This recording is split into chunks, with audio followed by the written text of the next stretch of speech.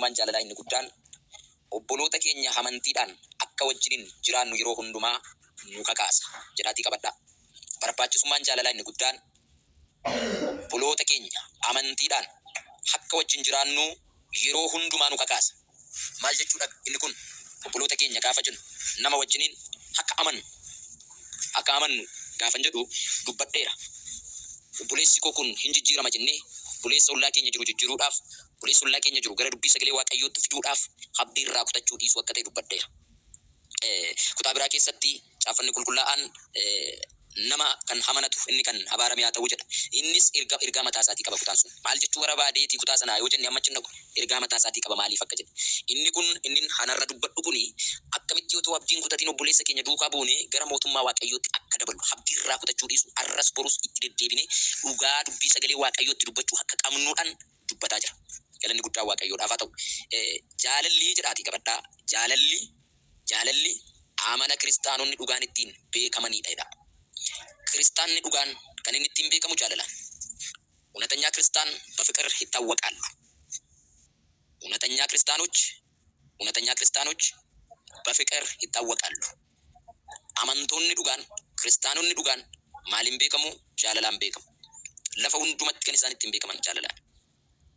jaalalli nu keessa hin jiru yoo ta'e amantoota wajjiniin yookiin nama hundumaa wajjiniin hariiroo sirrii ta'e uumnee jiraachuu hin dandeenyu.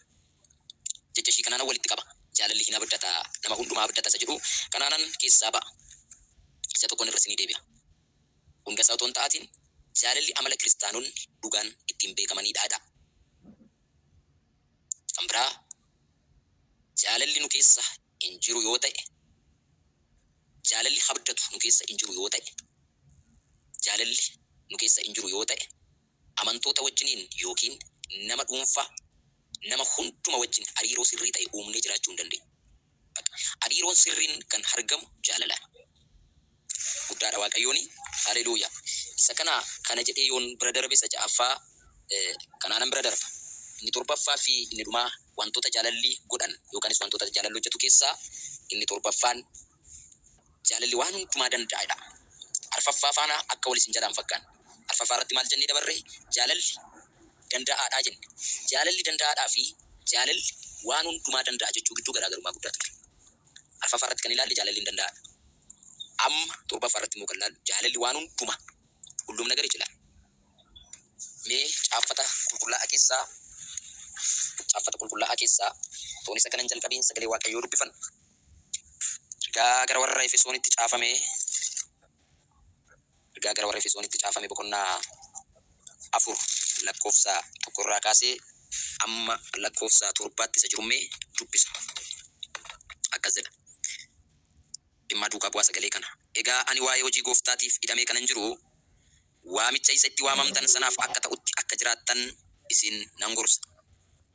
Gad of deebisuu fi garraamummaa hundumaan obsaanis walii wajjiniin jiraadhaa. Jaalalaanis waliif danda'a. Hidhaa nagaatiin tokkummaa hafuura qulqulluu of harkatti eeggachuudhaaf dhama'aa. Akkuma abdiin waamichaa inni isin itti waamamtan tokkicha ta'e, dhagni tokko, hafuurris tokko, gooftaan tokko, amantiin tokko, cuuphaan tokko. Haleluuyaa. Waaqayyoof abbaa waan hundumaa tokkicha. Waaqayyoo fi abbaan waan hundumaa tokkicha. Inni waan hundumaa irra jira. Waan hundumaan hin hojjeta. Iddoo hundumaas jiraadha. Guddaadha Waaqayyoo. Haleluuyaa.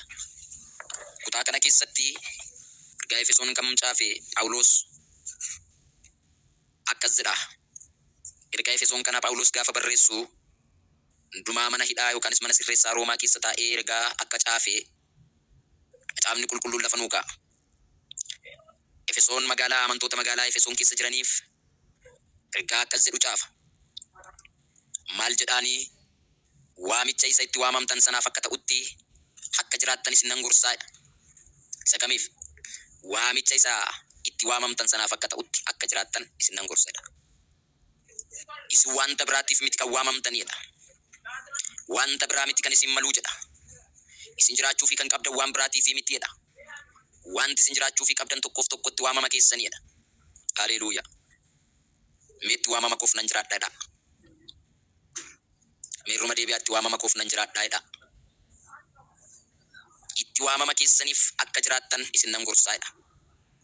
Gaduuf maaliin akkamitti jiraachuun itti waamama isaaniitiif akkamitti akka jiraatan kutaa kana keessatti Phaawulos isaaniif caafa.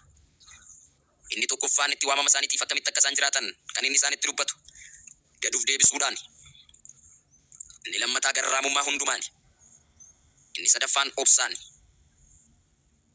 walii wajjin jiraachuudha.